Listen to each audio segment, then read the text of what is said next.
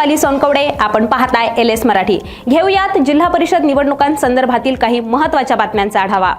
महाराष्ट्रातील 12 जिल्हा परिषदा आणि 125 पंचायत समित्यांच्या सार्वत्रिक निवडणुकीसाठी मतदान प्रक्रिया पार पडतेय। सकाळी 7:30 वाजल्यापासून मतदानाला सुरुवात झाली असून संध्याकाळी 5:30 वाजेपर्यंत मतदारांना आपला हक्क बजावता येणार आहे। या टप्प्यात पुणे, सातारा, सांगली, सोलापूर, कोल्हापूर, रत्नागिरी, रायगड, सिंधुदुर्ग, लातूर, परभणी, धाराशिव आणि छत्रपती संभाजीनगर या जिल्ह्यांचा समावेश आहे। उपमुख्यमंत्री अजित पवार यांच्या अपघाती निधनामुळे पुकारण्यात आलेल्या 3 दिवसांच्या शासकीय दुखवट्यामुळे या मतदानाची तारीख 5 फेब्रुवारी ऐवजी 7 फेब्रुवारी करण्यात आली आहे। आजच्या या मतदानाची मतमोजणी ही 9 फेब्रुवारीला पार पडणार आहे। स्थानिक पातळीवरील ही सत्ता कुणाच्या हाती जाते याकडे संपूर्ण राज्याचं लक्ष लागले। आतापर्यंतच्या निवडणुकांचे निकाल हे भाजपच्या बाजूने लागलेत। आता या निवडणुकीत असं चित्र राहणार की हे चित्र बदलणार हे पाहणं महत्त्वाचं ठरणार आहे। मुंबई मनपाच्या महापौरपदी भाजपकडून रितू तावडे यांच्या नावाची घोषणा करण्यात आली आहे।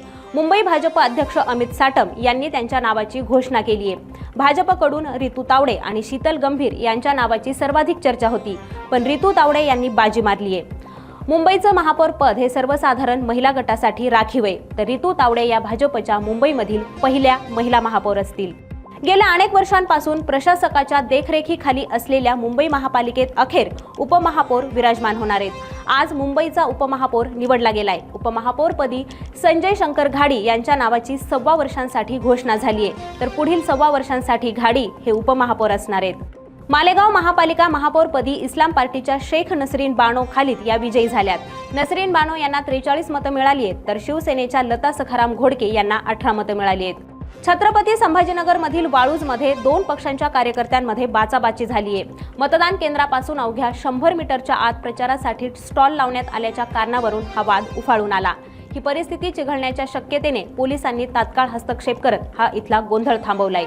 अकलूजमध्ये अर्जुनसिंह मोहिते पाटील हे आपल्या लहान मुलाला घेऊन मतदान केंद्रावर दाखल झाले। यावेळी अर्जुनसिंह मोहिते यांचा लहान मुलगा रुद्रराज मोहितेने ईव्हीएमचं बटन दाबल्याचा प्रकार घडला। या प्रकरणी लहान मुलांना मतदान केंद्रात आणल्यामुळे मतदान केंद्राध्यक्षांकडून आक्षेप घेण्यात आलाय। रत्नागिरीच्या चिपळूणमध्ये सतीश चिंचघरी मतदान केंद्रावरील ईव्हीएम मशीन ही अर्धा तास बंद पडली होती। ईव्हीएम मशीन बंद पडल्यामुळे मतदारांमध्ये घोळ निर्माण झाला होता। चिपळूण आलोरे जिल्हा परिषद गटातील हा प्रकार आहे। राजापूर लांजा मतदारसंघाचे आमदार किरण सामंत यांनी सपत्नीक आपल्या मतदानाचा हक्क बजावलाय। जिल्हा परिषद आदर्श विद्यामंदिर पाली 1 या ठिकाणी त्यांनी मतदान केले। राज्याचे गृहराज्यमंत्री योगेश कदम यांनी आज सहकुटुंब मतदान केंद्रावर उपस्थित राहून आपल्या मतदानाचा हक्क बजावलाय। लोकशाही प्रक्रियेत लोकप्रतिनिधींनी स्वतः सहभागी होणं गरजेचं आहे असा संदेशही त्यांनी यावेळेस दिलाय।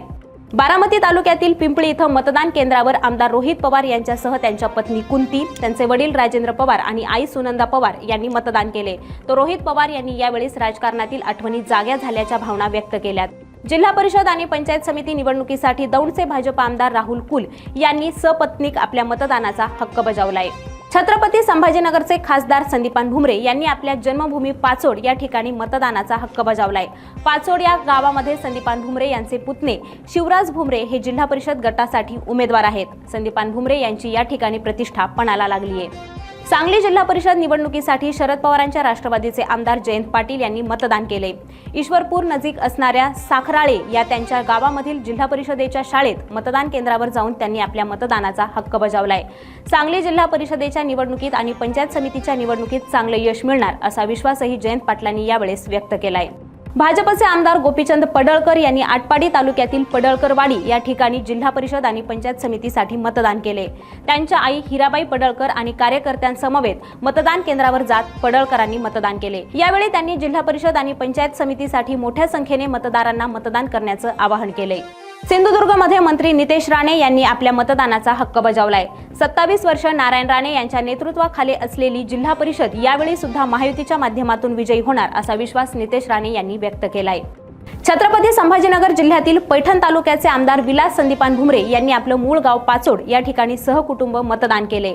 मतदान प्रक्रियेमध्ये सहभागी होऊन आपला मतदानाचा हक्क बजवावा असंही त्यांनी मतदारांना आवाहन केले।